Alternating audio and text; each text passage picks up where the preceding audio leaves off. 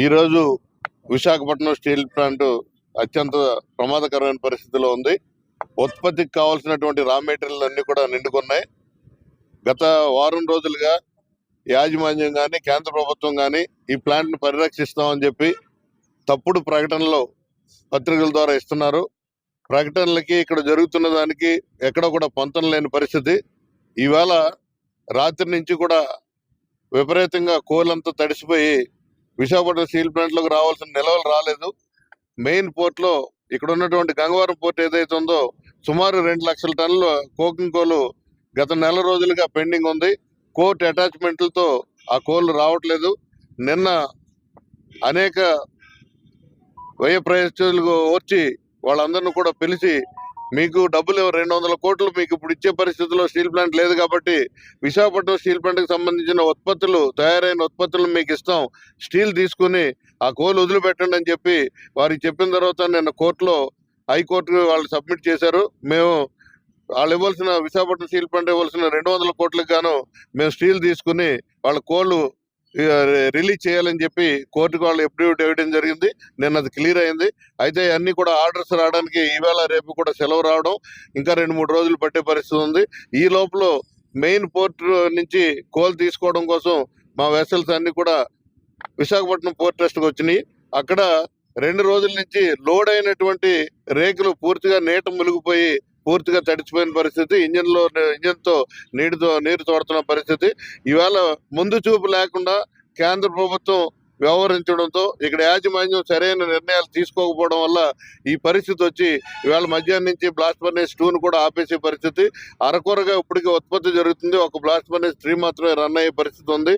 ఎంత దౌర్భాగ్య పరిస్థితికి నెట్టేసి కేంద్ర ప్రభుత్వం, కేంద్ర ఉక్కు మంత్రి విశాఖపట్నం స్టీల్ ప్లాంట్ వచ్చి 45 రోజులు టైం ఇవ్వండి నాకు, నేను ప్రధానమంత్రితో మాట్లాడి ఈ పరిశ్రమను ప్రభుత్వ రంగంలో కొనసాగిస్తాను, ఇన్ ద మీన్ టైం మీకు కావలసినటువంటి కోకింగ్ కోల్, ఐరన్ ఓర్ అంతా కూడా నేను మీకు సమకూరుస్తానని చెప్పి ఇక్కడ చెప్పి 40 రోజులు దాటుతుంది. ఈ రోజు వరకు కూడా ఒక్క ఇంచు కూడా కదలలేదు. ఇక్కడ మెరుగైన ఫలితాలు అన్నది రాలేదు. అత్యంత ప్రమాదకరమైన పరిస్థితి. మినిమం టెంపరేచర్స్ కూడా మెయింటైన్ చేయలేని పరిస్థితిలో ఇవాళ విశాఖపట్నం స్టీల్ ప్లాంట్ ఉంది. దీన్ని త్వరితగతిన రాష్ట్ర గౌరవ ముఖ్యమంత్రి గారు పవన్ కళ్యాణ్ గారు గతంలో హామీ ఇచ్చారు, విశాఖపట్నం స్టీల్ ప్లాంట్ కాపాడుతానని చెప్పి. ఇప్పటికైనా సరే చొరవ చూపి ఇమీడియట్ గా దీని మీద రెస్పాండ్ అవ్వాలని చెప్పి మీ ద్వారా కోరుతున్నాం. అందరికీ నమస్కారం అండి. నా పేరు Vella Rammohan Kumar, steel plant TNTC ప్రధాన కార్యదర్శి, పోరాట కమిటీ సభ్యుడిగా వ్యవహరిస్తా ఉన్నాను. స్టీల్ ప్లాంట్ గురించి మేము తలుచుకుంటే చాలా బాధాకరమైన తత్పర హృదయంతో మేము రోజు గడుపుతూ ఉన్నాం. ఇది ఉత్తరాంధ్రకే కాదు, ఆంధ్రప్రదేశ్కి జీవనాడని మనం చెప్తా ఉన్నాం. మాకు ఒకటే ఆలోచన, ఈ రాష్ట్రంలోనే దేశంలోనే ఎన్డీఏ కూటమి అధికారంలోకి వచ్చింది. వాళ్ళందరూ కూడా దీన్ని రక్షిస్తాం, కాపాడుతామని చెప్పారు. మేము కూడా సంతోషిస్తా ఉన్నాం తెలుగుదేశం పార్టీ కార్యకర్తగా. అయితే మాట్లాడడం కన్నా చేతలు చాలా అవసరం. మినిస్టర్ గారు వచ్చి అప్పుడే 2 నెలలుగా వస్తూ ఉంది. నాది ఒకటే విజ్ఞప్తి, ఎక్కువ నేను మాట్లాడను. ఇక్కడ పల్లా శ్రీనివాసరావు గారు ఎమ్మెల్యే కావచ్చు, భరత్ గారు కావచ్చు, సీఎం రమేష్ గారు, పంచగారు, చంద్రబాబు నాయుడు సహా పాజిటివ్గా ఉన్నారు. మీరు అందరూ కలిసి ఉత్తరాంధ్రకు సంబంధించిన పార్లమెంట్ సభ్యులు, ఎమ్మెల్యేలతో ఒక సమావేశం ఏర్పాటు చేసి దీని తీవ్రతని కేంద్ర ప్రభుత్వానికి తెలియజేయాలి. లేదంటారా, తెలుగుదేశం, బీజేపీ, జనసేన రాష్ట్ర అధ్యక్షులు ముగ్గురు కూర్చుని ఈ పరిణామాల మీద ఒకసారి పోరాట కమిటీతో చర్చించి మీరు ఢిల్లీ తీసుకెళ్ళండి. అనేక సంఘటనలు గతంలో జరిగినప్పుడు ఢిల్లీ డెలిగేషన్ ప్రధానమంత్రిని కలిసిన సంఘటనలు ఉన్నాయి. విశాఖపట్నం స్టీల్ ప్లాంట్ తప్ప గత ప్రభుత్వం ఎలాగా పక్కన పెడచమని పెట్టింది వైసీపీ ప్రభుత్వం. కనీసం అనుకూలమైన ప్రభుత్వం వచ్చిందని కార్మికులు కూడా, ప్రజానికి కూడా సంతోషిస్తా ఉన్న సమయంలో దీన్ని ఆలస్యం చేయడానికి వీల్లేదు. ఇది టైటానిక్ షిప్ లాగా ఎప్పుడు మునిగిపోతుందో తెలియని పరిస్థితిలో ఉన్నాం. మేము ఆందోళన చేస్తా ఉన్నాం. మాకన్నా ఎక్కువ ఆందోళన మీకు ఉండాలి. దీన్ని బేస్ చేసుకుని మన ఎన్నికలు జరిగినాయి. తదనుగుణంగా మంచి మెజార్టీ కార్మికులు కుటుంబాలు ఇచ్చినాయి. కాబట్టి తక్షణమే అన్ని రాజకీయ పార్టీలతో సమావేశం పెడతారా, పార్లమెంట్తో పెడతారా, శాసనసభ్యులతో పెడతారా, ఒక డెలిగేషన్ అనేది తీసుకుని వెళ్ళి ప్రధానమంత్రి గారి దగ్గర కూర్చుని దీని సమస్యను తక్షణమే తేల్చాలని చెప్పి తెలుగువారుగా మీరు డిమాండ్ చేయాల్సిందిగా నేను విజ్ఞప్తి చేస్తా ఉన్నాను. కార్యాచరణ 300 రోజులు కావచ్చు, ఇంకో 3 రోజులు వచ్చి 1300 రోజులు అవుతుంది. కార్యాచరణ అనేది నిరంతరం చేస్తానే ఉన్నాం. మా కార్యాచరణ ఎక్కడ లోటు లేదు. ఆ కార్యాచరణ బాగా దృష్టిలో పెట్టుకుని పాలకులు స్పందించి ముందుకెళ్తే మంచిదని మేము డిమాండ్ చేయడం కాదు, నేను విజ్ఞప్తి చేస్తున్నాను, కోరుతా ఉన్నాను. మీ చిరస్థాయిగా మీరు స్టీల్ ప్లాంట్ కాపాడగలిగితే ఈ దేశానికి స్వాతంత్రం తీసుకొచ్చిన వాళ్ళ గురించి ఎలా చెప్పుకుంటున్నామో స్టీల్ ప్లాంట్ కాపాడితే ఈ నాయకులు కూడా అదే రకంగా చెప్పుకునే పరిస్థితి ఉంటుంది. మిమ్మల్ని బ్రహ్మానందం పడతారు. తక్షణమే దీనిపైన ఒక తక్షణ కర్తవ్యం ప్రకటించాలని ఈ ప్రాంత ప్రజలందరూ కూడా కోరుతా ఉన్నాం. కాకపోతే 1297 రోజులు ఉద్యమం చేస్తా ఉన్నాం కదండి. పట్టించుకోకపోతే ఇవాళ వరకు పట్టించుకోకుండా ఈ పాటి ఎప్పుడో అమ్మేద్దరు, ఈ పాటి భూములు ఎప్పుడో లాగేద్దరు. ఇంకా రావడానికి ఎందుకు జరుగుతున్నారు? కేవలం పోరాటం జరుగుతున్న పరిణామాలను బట్టే రాలేకపోతున్నారు తప్ప ఎవరో పట్టించుకోలేదంటే పట్టించుకుంటారు. పట్టించుకోని వాళ్ళు ఎప్పుడు దేశానికి స్వాతంత్రం వచ్చినప్పుడు ఇంట్లో పడుకున్న వాళ్ళు ఉంటారు. కానీ పోరాటం చేసే కొంతమంది బయటకు వస్తారు. కాబట్టి అటువంటి సమస్య ఏమీ ఉత్పన్నం కాదని ఈ సందర్భంగా చెప్తా ఉన్నాను. విశాఖపట్నం కర్మాగారం భవిష్యత్తుకు సంబంధించి గతం కంటే ఇంకా భయంకరమైన స్థితిలో ఉంది. గత 5 ఏళ్ల కాలం, గత 3 ఏళ్ల నుంచి అమ్ముతాం అన్నారు, అమ్మలేకపోయారు. కానీ ఈవేళ అమ్మట్లేదు. కానీ ఈ ప్లాంట్ బ్రతుకు లేకుండా ఆత్మహత్యా సదృశ్యంలాగా తనకు తానే హరించుకుపోయేటట్టుగా చేస్తూ ఉన్నారు. రా మెటీరియల్ కొరత, ఉత్పత్తి లేకపోవటం, డిపార్ట్మెంట్లు ఉత్పత్తి నిలిపివేయటం, ఇవన్నీ తనకు తానుగా కూరుకుపోయే పరిస్థితిని కల్పించారు. మరొక వైపు ఏమో స్టీల్ మంత్రి గారు వచ్చి 2 నెలలు నాకు సమయం ఇవ్వండి అన్నారు. వెళ్ళారు 2 నెలల సమయం అయింది. అయితే ఈ రోజుకి కూడా దాని ఫలాలు ఏమీ కనిపించలేదు.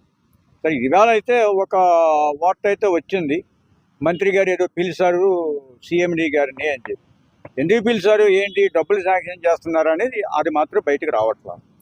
ఏది ఏమైనా ఈ పరిశ్రమ రక్షించబడాలి అంటే ఖచ్చితంగా అత్యధిక మెజారిటీ రాష్ట్రంలో అధికారంలోకి వచ్చినటువంటి చంద్రబాబు నాయుడు గారు, పవన్ కళ్యాణ్ గారి చేతుల మీద మాత్రమే ఆధారపడి ఉంది.